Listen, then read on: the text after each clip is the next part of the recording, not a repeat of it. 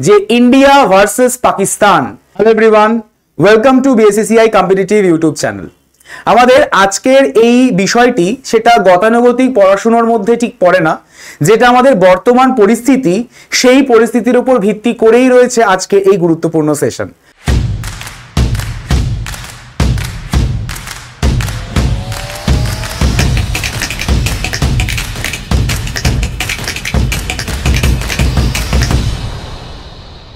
তোমরা দেখতেই পারছো থাম্বনেল দেখে যে ইন্ডিয়া ভার্সেস পাকিস্তান, এই ভারতবর্ষ এবং পাকিস্তানের মধ্যে যে সংঘর্ষ চলছে তার যে আগামী পরিস্থিতি সেটা কি হতে চলেছে সেটাই আমাদের দেখার বিষয়। তো এই যে ইন্ডিয়া এবং পাকিস্তানের মধ্যে যে সংঘর্ষ, এটা তো শুধুমাত্র যে 2025-এ হয়েছে তা তো নয়, সেটা বহুদিন বহু বছর ধরে চলে আসছে। ঠিক তারও আমরা একটা প্রতিচ্ছবি পেলাম এই 2025-এর ঠিক এপ্রিল মাসের 22 তারিখে। কারণ এপ্রিলের 22 তারিখে একটা সাংঘাতিক একটা সংঘর্ষ, ঠিক বলবো না, একটা বলা যেতে পারে ট্র্যাজেডি, সেটা হয়ে গেল জম্মু অ্যান্ড কাশ্মীরের পেহেলগামে। যদি তোমরা দেখো এই ছবিটা এপ্রিলের 22 এবং 23 তারিখে সাংঘাতিক পরিমাণে ফ্লোট হয়েছিল। এই যে ছবিটা তোমরা দেখতে পাচ্ছ স্ক্রিনে, এই ছবিটা অর্থাৎ একটা কাপল পিক, যেখানে তারা কোথায় গিয়েছিল পেহেলগামের বৈশারণ ভ্যালিতে। এবং এই বৈশারণ ভ্যালিতে তারা রীতিমতো কোথায় গেছিলেন, তারা গেছিলেন হানিমুন পিরিয়ড কাটাতে। তো তাদের এই যে হানিমুন পিরিয়ড, সেটা যে এই রকম পরিস্থিতির সৃষ্টি হবে তারা সেটা কল্পনাতেও ভাবতে পারেননি। তো সেই কারণে আমরা বলতেই পারি যে এই ভূস্বর্গ, আমরা কাশ্মীরকে সকলে ভূস্বর্গ বলি, তো সেই ভূস্বর্গ এখন রক্তাক্ত ভূস্বর্গ। কারণ ওই 22শে এপ্রিল হয়েছিল টেররিস্ট অ্যাটাক, যেখানে 5 জন টেররিস্ট প্রায় 26 জন ভারতীয়কে গুলিবিদ্ধ করে মারেন। এবং তাদের এই গুলিবিদ্ধ করার বেসটা ছিল কিসের ওপর? ছিল রিলিজিয়ানের ওপর। তো রিলিজিয়ানের ওপর ঠিক বলতে গেলে এখানে যে শুধুমাত্র হিন্দুরাই মারা গেছে তা কিন্তু নয়। 26 জনের মধ্যে হিন্দু এবং খ্রিস্টান মিলিয়ে ছিল প্রায় 25 জন, এবং একজন ছিল যিনি ছিলেন কাশ্মীরি। তো তিনি কেন মারা গেছেন? তিনি কাশ্মীরি এবং তার পাশাপাশি তিনি ছিলেন মুসলিম।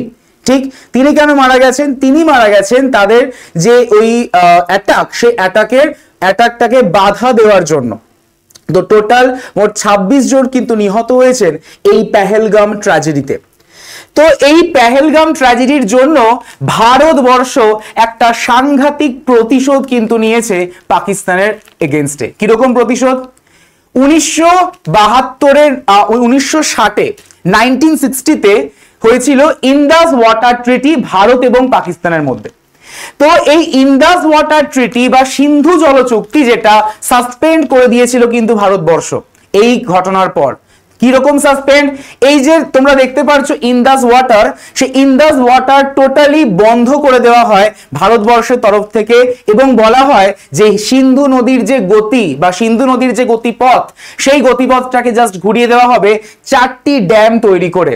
তার মানে পাকিস্তানে কিন্তু আর সিন্ধুর জল যাচ্ছিলই না। দ্যাট মিনস পাকিস্তানে শুষ্ক পরিস্থিতির সৃষ্টি হয়েছিল। এটা যেমন একদিকে হয়েছে, তার পাশাপাশি ঠিক 1-2 দিন পরেই ভারতবর্ষ কি করলো? অন্যদিক থেকে সতলেজ বা শতুদ্র নদীর যে জল, সেই জল কিন্তু ছেড়ে দিয়ে পুরো পাকিস্তানকে একদম বা পিওকে, পাকিস্তান অকুপাইড কাশ্মীরকে একদম বন্যায় কবলিত করে দিয়েছে। তোমরা দেখতেই পাচ্ছ ছবিতে, এটা হচ্ছে আমাদের আগের পরিস্থিতি এবং এটা হচ্ছে প্রেজেন্ট সিচুয়েশন, বর্তমান পরিস্থিতি। আগে এটা মানে সতলেজ রিভার, এবং সেই সতলেজ রিভারের জল পাকিস্তান কিন্তু মানে প্রত্যেক দিন অর্থাৎ ডেইলি লাইফ ইউজ করে থাকে। তো সেই জল কিন্তু বর্তমান সময় পুরো পিওকে বা পাকিস্তান অকুপাইড কাশ্মীর জুড়ে পুরো একদম ফ্লাড বা বন্যার পরিস্থিতি সৃষ্টি হয়েছে। একদিকে যেমন বন্যা, অন্যদিকে ছিল কি? অন্যদিকে ছিল আমাদের একদম শুষ্ক এরিয়া। তো এই যে কন্ডিশন, এই কন্ডিশন মেনে না নিতে পেরে কি করলো? পাকিস্তান অ্যাটাক করা শুরু করলো। কিন্তু এটা ভাবলো না যে পাকিস্তানের যে বেসামরিক যে সংগঠন, সেটা ভারতের বেসামরিক সংগঠনের থেকে খুব একটা বেশি ভালো না। তো ভারতের যেখানে বেসামরিক সংগঠনের দিক থেকে ভারত যেই র্যাঙ্কে রয়েছে, পাকিস্তান তার অনেক তলায় রয়েছে। কিন্তু আলটিমেটলি কি করলো? ভারতবর্ষ এবং পাকিস্তানের মধ্যে একটা যুদ্ধ মানে যুদ্ধ ঠিক বলবো না, যুদ্ধের ঠিক আগের পরিস্থিতি দেখা দিল, তাই তো। তো এই ইন্ডিয়া এবং পাকিস্তানের যে যুদ্ধ, সেই যুদ্ধ বর্তমানে চললো এবং সে তার রেসপেক্টে ভারতবর্ষ কিন্তু একটা অপারেশন জারি করলো যার নাম অপারেশন সিঁদুর, যার নাম অপারেশন সিঁদুর। 2025, এই 2025-এ শুধুমাত্র এরকম অপারেশন হয়েছে তা কিন্তু নয়, স্বাধীনতার পরবর্তী সময় থেকে এই রকম অপারেশন ভারতবর্ষ পাকিস্তানের এগেনস্টে অনেকবার নিয়েছে। তো সেই অপারেশন গুলোই আমরা দেখবো এক এক করে। অর্থাৎ আমরা একটা কথা বলে থাকি যে হিস্ট্রি রিপিটস ইটসেলফ, অর্থাৎ সেটাই কিন্তু হয়েছে, ঠিক আছে। ইতিহাসের পুনরাবৃত্তি কিন্তু আবারও ঘটলো 2025-এ।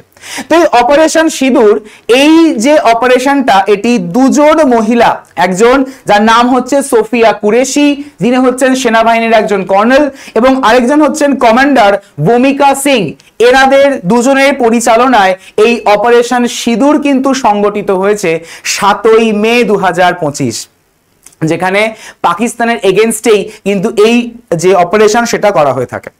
তাহলে এই অপারেশন সিঁদুরের মাধ্যমে আমরা দেখতে পেয়েছিলাম যে পিওকে, পাকিস্তান অকুপাইড কাশ্মীরের প্রায় কয়েকটা জায়গা এবং পাকিস্তানের কয়েকটা জায়গায় রীতিমতো অ্যাটাক করা, তাও কতগুলি জায়গাতে, মোট 9টি জায়গাতে কিন্তু এই অ্যাটাকটি হয়েছে। তার লিস্ট তোমরা আশা করি এখানে দেখতে পাচ্ছ, এবং এটা আমরা বারংবার নিউজে কিন্তু দেখতে পাচ্ছিলাম। ক্লিয়ার?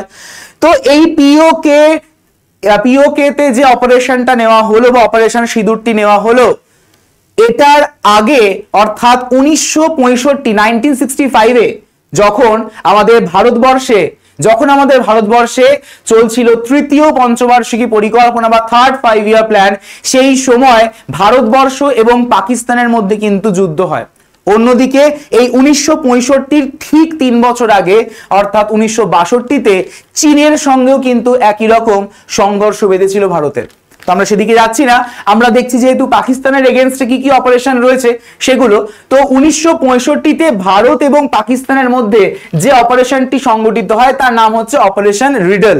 এই অপারেশন রিডল, যেটা এলওসি অর্থাৎ আমাদের লাইন অফ কন্ট্রোল, এই লাইন অফ কন্ট্রোল লঙ্ঘন করা এবং জম্মু এবং কাশ্মীরের প্রবেশের পর এটা ছিল পাকিস্তানের অপারেশনের জিব্রাল্টার, এবং তার পাশাপাশি গ্র্যান্ড স্ল্যামের প্রতি ভারতের একটি প্রতিক্রিয়া। 1965-র এই অপারেশন রিডলের পর 1965-তেই আরো একটা অপারেশন করা হলো যার নাম রাখা হলো অপারেশন অ্যাবলেজ। এই যে অপারেশন অ্যাবলেজ, এই অপারেশন অ্যাবলেজে বলা হয়েছে যে মূলত ভারত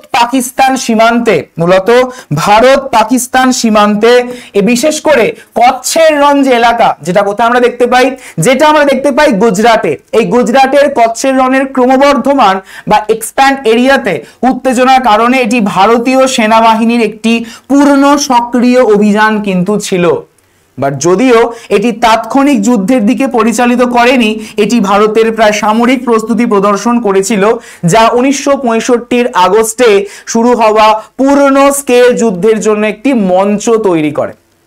তাহলে 1965-তে আফটার ইন্ডিপেন্ডেন্স হলো কি অপারেশন রিডল 1965-এ, এবং সেই একই বছরে হলো অপারেশন অ্যাবলেজ। 1965-এর পর 1971-এ হলো অপারেশন ক্যাকটাস লিলি, যেটাও একই রকম ভারত পাকিস্তানের এগেইনস্টে করলো, এবং এটি বাংলাদেশের স্বাধীনতা যুদ্ধের সময় ভারতীয় সেনাবাহিনীর এবং বিমান বাহিনীর একটি আক্রমণ কিন্তু ছিল। এবং 1971-এর ডিসেম্বরে পরিচালিত এই অভিযানে মেঘনা নদী পার হয়ে প্রায় অশুগঞ্জ অর্থাৎ বা ভৈরবের বাজারের পাকিস্তানের একটি শক্ত ঘাঁটি অতিক্রম করে ঢাকার দিকে এটা অগ্রসর হওয়া জড়িত ছিল। তাহলে তোমরা দেখো, বারবার বলছি একটা জিনিস, যে এই অপারেশন সিঁদুরই কিন্তু প্রথম নয়, এর আগে থেকে প্রচুর অপারেশন কিন্তু হয়ে আসছে পাকিস্তানের এগেইনস্টে। এইগুলোই কিন্তু আমাদের এক্সাম ওরিয়েন্টেড। অপারেশন সিঁদুর আমাদের বর্তমান সময় আছে বলে যে সেটাই পরীক্ষার জন্য ইম্পর্টেন্ট তা নয়। অপারেশন সিঁদুরের মানে পাশাপাশি বা সেই রিলেটেড আর কি অপারেশনস রয়েছে ইন্ডিয়া এবং পাকিস্তানের মধ্যে, সেইগুলো কিন্তু গুরুত্বপূর্ণ। অপারেশন ক্যাকটাস লিলির পর হয়েছে operation Trident and Python. Operation Trident and Python, যেটাও এই 1971-এই কিন্তু হয়েছে এবং সেটাও ভারত পাকিস্তানের যুদ্ধের সময় সংগঠিত হয়েছে। কোথায়? পাকিস্তানের করাচি বন্দরে ভারতীয় নৌবাহিনীর আক্রমণাত্মক একটি অভিযান ছিল এটি। পাকিস্তানের করাচি বন্দরে ভারতীয় নৌবাহিনীর আক্রমণাত্মক অভিযান ছিল এটি এবং অপারেশন ট্রাইডেন্ট এটা ছিল এই অঞ্চলের জাহাজ বিধ্বংসী ক্ষেপণাস্ত্রের প্রথম ব্যবহার এবং এই অভিযানগুলি পাকিস্তানের পরাজয় এবং বাংলাদেশের সৃষ্টিতে গুরুত্বপূর্ণ অবদান কিন্তু রেখেছিল। তাহলে অপারেশন ট্রাইডেন্ট অ্যান্ড পাইথন যেটা 1971-এ হলো। ঠিক তারপর অর্থাৎ 1984 সালে হলো অপারেশন মেঘদূত। 1984 সালের আমাদের 13ই এপ্রিল প্রধানমন্ত্রী ইন্দিরা গান্ধী যে সময় তার নেতৃত্বে ভারত অপারেশন মেঘদূত শুরু করে এবং সিয়াচেন গ্লেশিয়ার বা হিমবাহ এবং সালটোরো রিজার নিয়ন্ত্রণ নিশ্চিত করে, যার মধ্যে আমাদের বিলাফান্ট লা এবং সিয়ালায়ের মতো গুরুত্বপূর্ণ গিরিপথ এর আন্ডারে বা এর অন্তর্ভুক্ত ছিল। তাহলে অপারেশন মেঘদূত কার সময় হয়েছে? অপারেশন মেঘদূত হয়েছে ইন্দিরা গান্ধীর সময় 1984 সালের 13ই এপ্রিল। অপারেশন মেঘদূতের পর হলো অপারেশন বিজয়, দেখতে পাচ্ছ ছবিতে অপারেশন বিজয়।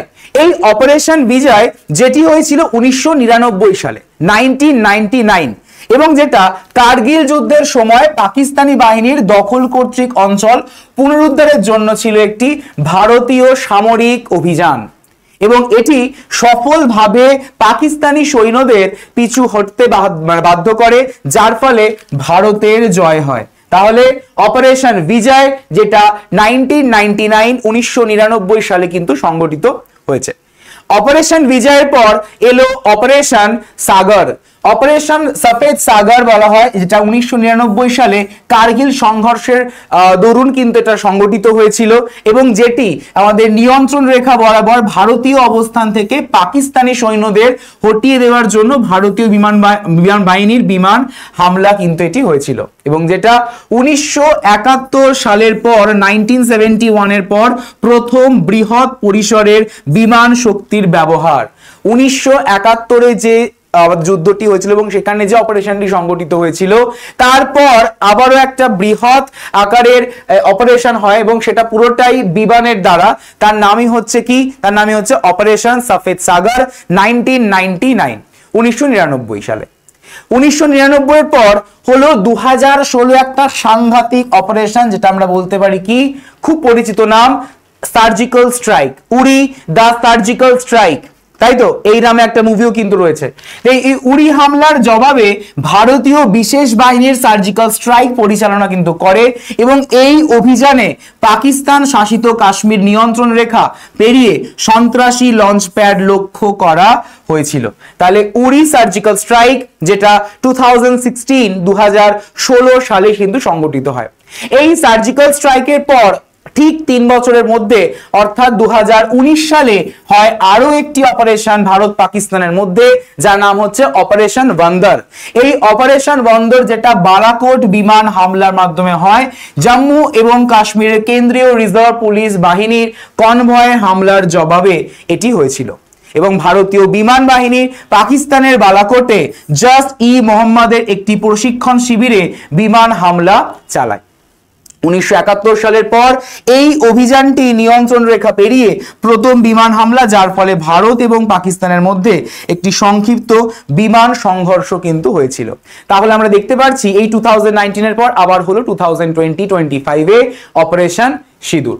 ঠিক তো এই অপারেশন সিঁদুর হওয়ার পর আমরা কি দেখতে পেয়েছিলাম? আমরা দেখতে পেয়েছিলাম যে পাকিস্তান আর পারছে না এসব সামলাতে, তো পাকিস্তান কি করলো? ক্ষমা চাইলো ভারতের কাছে।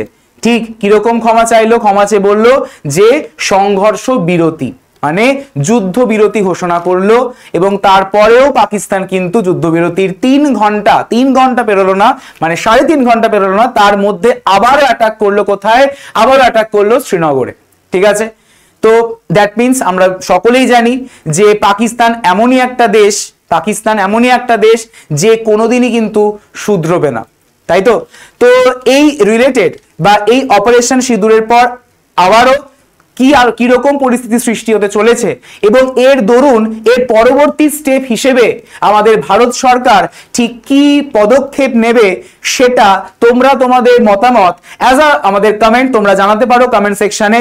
ইদার পাকিস্তানকে আমাদের যে ওয়ার্ল্ড ম্যাপ বা বিশ্ব মানচিত্র সেই বিশ্ব মানচিত্র থেকে কি একদম বিলীন করে দেওয়া হবে, না পাকিস্তানকে আবারও ক্ষমা করবে আগের সমস্ত বারের মতো ভারতবর্ষ।